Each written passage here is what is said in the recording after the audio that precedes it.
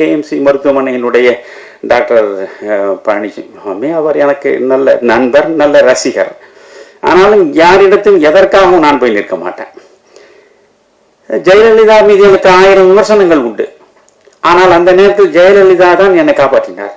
இந்த மருத்துவ காப்பீட்டு திட்டம் என்று ஒன்று இருக்கிறது அல்லவா, 2 லட்சம் ரூபாய் காப்பீட்டு திட்டத்தில் நீங்கள் கணவன் மனைவிக்கு மருத்துவ சிகிச்சை தனியார் மருத்துவமனையிலும் எடுத்துக்கொள்ளலாம். என் மகன் கொண்டு போய் இந்த கேஎம்சியில் சேர்த்து விட்டான். நீங்கள் பார்த்தால் அது 2 லட்சம் ரூபாய் ஆயிற்று. ஒரு ஸ்டண்ட் வைப்பதற்கு கரெக்டா 1,98,000 ரூபாய். 1,98,000 ரூபாய் அந்த ஸ்டண்ட்டை வைத்து ஒரே நாள் தான், ஒரு நாள் வைத்து மறுநாள் அனுப்பிவிட்டார்கள். என்னை முதலில் கேட்டு விடுவான், ஐயா எப்படி கேஷ் இல்லையா இந்த மருத்துவ காப்பீட்டு திட்டம், இதற்காக நான் கோவையிலிருந்து உடனே ஒரு ரயிலை பிடித்து சென்னைக்கு வந்து வீட்டிலிருந்து அந்த மருத்துவ காப்பீட்டுக்கான அந்த அட்டை இருக்கிற அதை கொண்டு போனேன். கொண்டு போய் இதை காட்டினேன். பார்த்தான், ஓ சரி, அப்போ 2 லட்சத்துக்கு குறைவில்லாமல் நாம் இதை எடுத்துட முடியும். பில்லை பார்த்தா நான் நினைச்சேன் இது என்ன ஒரு 1 லட்சம் போனாலும் நமக்கு ஏதாவது ஆனால் இன்னும் 1 லட்சம் இருக்கும். 1,98,000. நான் சொன்னேன், ஏன் டாக்டர் 2,000 விட்டுட்டீங்க? இதுதான் மருத்துவர்களுடைய குணம். சரி ஸ்டண்ட் வச்சோம். 1 வருடம் தான் அவ சுமாராக இருந்தா. அடுத்த ஆண்டு பார்த்தீங்கன்னா திரும்ப மோசமான நிலைக்கு போயிட்டா.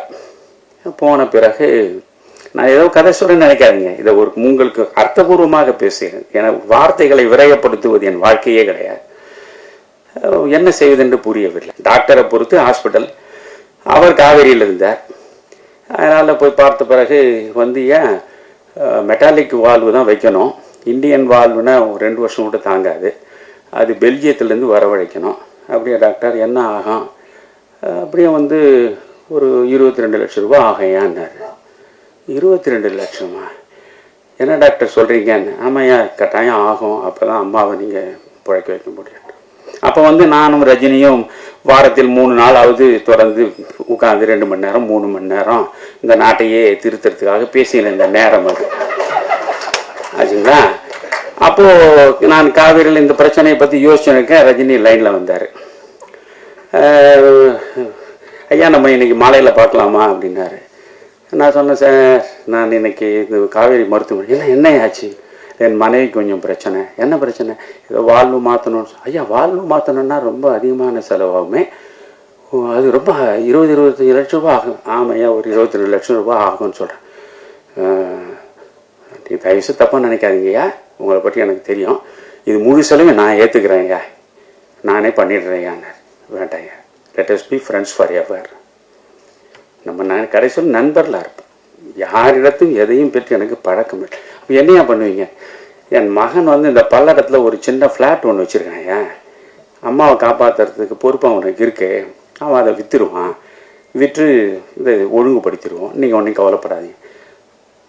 அவர் இன்னும் கொஞ்சம் கூடுதலாக போய் சொல்லணும்னு அவசியம் இல்லை. ஐயா யாரிடம் அந்த மகன் விற்றுட்டாரோ சொல்லுங்கள், அவருன்னு பேசி நான் மறுபடியும் வாங்கி கொடுத்துறேன். ஏதோ உங்கள் மகனுக்கு இருக்கிறது ஒரு சின்ன ஃப்ளாட்ன்றீங்க, அதையே நீங்கள் இறக்கணும் இல்லையா? நன்றியா, இதை பற்றி மறுபடியும் பேச வேண்டாங்க, நீங்கள் சொல்லி நான் மறுக்கிறதாக விட்டுருக்கீங்க.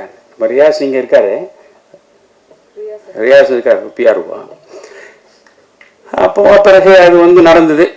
என் மகன் அந்த ஒரு சின்ன வீடு ஒரு 500-600 சதுரடி பல்லடம் பக்கம் வச்சுருந்தான். அதை விற்று கொண்டு வந்து சரியாக்கிட்டோம். அலோபதி ஆச்சா. நான் என்ன நினச்சின்னு இருக்கேன், ஓ நம்ம மனைவியினுடைய இருதயத்துக்கு அறுவை சிகிச்சையும் செஞ்சாச்சு, பைபாஸ் அப்போலோவில். இப்போ வந்து வால்வும் மாற்றியாச்சு, இனி கவலையே கிடையாது அப்படின்னு ரொம்ப மகிழ்ச்சியாக இருந்தேன். 2 ஆண்டு தான் ஆச்சு, மறுபடியும் பிரச்சனையாயிடுச்சு. என்னடா டாக்டர் கோபால் முருகன் எங்கே இருக்காருன்னு கேட்டால் அவர் வந்து எம்ஜிஎம்க்கு மாறிட்டார் சார் இப்போ. சரி நான் அவருக்கு ஃபோன் பண்ணேன். அது ஆனால் இப்போ அந்த கோபால் முருகன் இந்த இடத்துலேருந்து நான் நன்றி சொல்கிறேன். அந்த காவேரி ஹாஸ்பிட்டலில் 22 லட்சத்துக்கு மேலே பில்லை போட்டாங்க. போட்டதே இவர் இங்கேருந்து ஃபோனை போட்டார். டாக்டருக்கு ஃபீஸ் எவ்வளோ போட்டிருக்கீங்கன்னு கேட்டார். 1,40,000 ரூபா உங்களுக்கு போடுறேன், அந்த 1,40,000 ரூபாய் எடுத்துருங்கன்ட்டார். 1 பைசா அவர் வாங்கலை, 1 பைசாவும் வாங்காமல் எனக்கு அவர் அந்த சிகிச்சையை செய்தார். அந்த உண்மைக்கும் ஒழுக்கத்துக்கும் அவர் கொடுத்த மரியாதை. இப்போ திரும்ப அவரையே தேடி எம்ஜிஎம் போனேன்.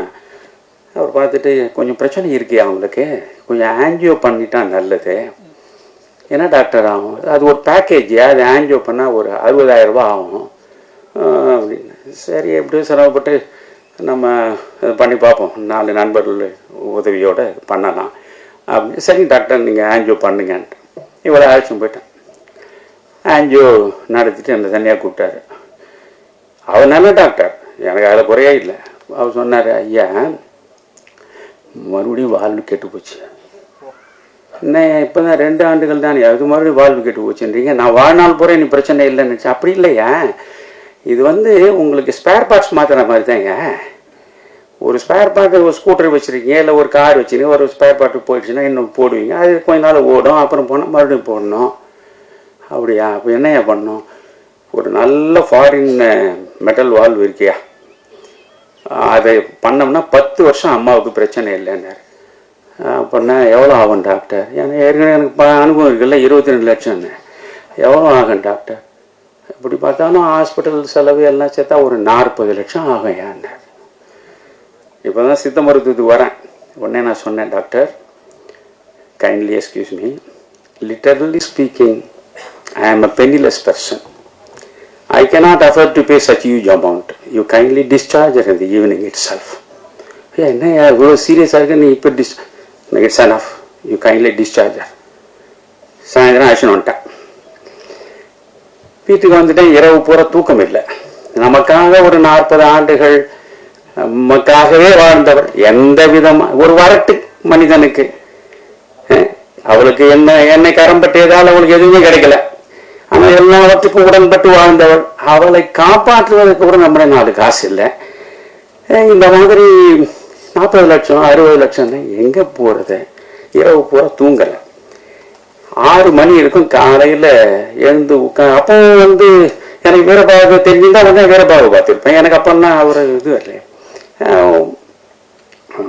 உட்காந்துட்டு இப்படி யோசிக்கிறேன், இதெல்லாம் நீங்கள் சிலவற்றையெல்லாம் நம்பித்தான் தீரணும். அமானுஷ்யமான சில செயல்கள் நடக்கின்றன சொல்லும் பொழுது ட்ரூத் இஸ் ஸ்ட்ரேஞ்சர் தேன் ஃபிக்ஷன்னு ஆங்கிலத்திலே ஒரு ப்ராவர்ப் உண்டு. உண்மையில் நடக்கக்கூடிய சம்பவங்கள் கதையை விட அதிசயமா இருக்கும், நம்ப முடியாத கதையை விட அதிசயமா இருக்கும். நான் உட்கார்ந்து அப்படியே பார்த்தேன்னு ரொம்ப சோர்ந்து விரக்தி விட்டு நேரில் உட்காந்துருக்கேன். இப்போ ஒரு ஃபோன் வந்தது, ஏன்னா எடுத்தேன். ஐயா, நான் தஞ்சாவூர்லேருந்து ஒரு சித்தர் பேசுகிறேன்னாரு. என்னையா சொல்லுங்க ஐயான்னு. உங்களுடைய வாழ்வே ஒரு மந்திரம் படித்தேன்யா. திருமந்திரத்தில் உள்ள 3000 பாடல்களை அப்படியே சாறு பிழிஞ்சு நீங்கள் கொடுத்துருக்கிற அந்த புத்தகத்தை 3-4 முறை படிச்சுட்டேன்யா. நான் ரொம்ப வியந்து போனேன். நீங்கள் இன்னும் 100 வயது வாழணும்யா, உங்கள் மனைவி 100 வயது வாழணும். எனக்கு நானே என் மனைவியை காப்பாற்றுறது வழி என்னன்னு தெரியாமல் உட்காந்துருக்குறேங்க. நீங்க என்ன போய் 100 வயது வாழணும்னு சொன்னீங்க. நான் கொஞ்சம் சலிப்போட சொன்னேன். என்னையா உங்க மனைவிக்குனாரு. இப்போ இவ்வளவு நடந்து சொன்னேன். ஐயா, உங்களை மாதிரி அறிவாளிகளே இப்படி அலோபதியில போய் இப்படி வீணாக அலைக்கழிக்கப்படுறது தான் நினைச்சா வருத்தமா இருக்கு. என்னையா பண்ணணும்? நான் சொல்றது நம்பிக்கையோடு செய்வீங்களா? சொல்லுங்க, செய்யறேன். 10 ரூபாய் பெருமானம் உள்ள சிகிச்சையை நான் சொல்றேன், செய்வீங்களா? கட்டாயம் செய்யறேன். 10 செம்பருத்தி பூவை அன்றாடம் வாங்கிக்கங்க. அந்த 10 செம்பருத்தி பூவை 2 குவளை தண்ணீர்ல போட்டு 1 மணி நேரம் ஊற வைங்க. ஊற வச்ச பிறகு ஒரு 10 மிளகு அதில் போடுங்க. மருத மரப்பட்டைன்னு நாட்டு மருந்து கடையில் தூளே விற்பான், அதில் ஒரு போடுங்க. அதை காய்ச்சுங்க. 2 டம்ளரை 1 டம்ளர் ஆக்குங்க. காலையில் குடிக்க சொல்லுங்க. சங்கு புஷ்பம்னு ஒன்று இருக்கு. அந்த சங்கு புஷ்பம் சனீஸ்வரனுக்கு போடுறது. அதை ஒரு 10 பூவை எடுத்து மிக்சியில் அரைச்சி சொல்லணும். அவ்வளோதான் ஐயா. இந்த நிமிஷம் 40 லட்சம் ரூபாயை நான் கொடுத்திருந்தாலும் என்ன ஆயிருக்கும் தெரியாது. இப்ப என் மனைவி இது நடந்து ஏறக்குறைய 8-9 மாதம் ஆகிறது. அவ படுக்கை விட்டு எழுந்திருக்க மாட்டான். முன்ன அலோபதியில லட்சக்கணக்கில் கொடுத்த போதும் இப்ப வீட்டுக்குள்ளேயே அவள் குறைந்தது ஒரு 10 நிமிடமாவது இங்க நடக்கிற நிலையில இருக்கா, ஆரோக்கியமா இருக்கா. இந்த ஆரோக்கியத்தை 10 ரூபாயில நான் பெற்றேன். 10 ரூபாயில இப்போ செம்பருத்தி பூ தான் கொடுக்குறேன், அந்த சங்கு புஷ்பம் தான் கொடுக்குறேன். நல்லா இருக்கா? அப்போ இந்த மண்ணில் எப்பேற்பட்ட மருத்துவம் அது. அந்த மருத்துவம் நம்ம தங்கர் சொன்ன மாதிரிதான். ஒரு மரம் என்றால் மரத்தினுடைய வேர், அதனுடைய பட்டை, அதனுடைய பூ, அதனுடைய கிளை, அதனுடைய இலை எல்லாமே மருத்துவ குணம் உள்ளது. மனிதனை படைத்து நீங்க இறைவன் நினைத்தாலும் சரி, இயற்கை நினைத்தாலும் சரி, எல்லா மனிதர்களுக்கும் நோய் வரும்.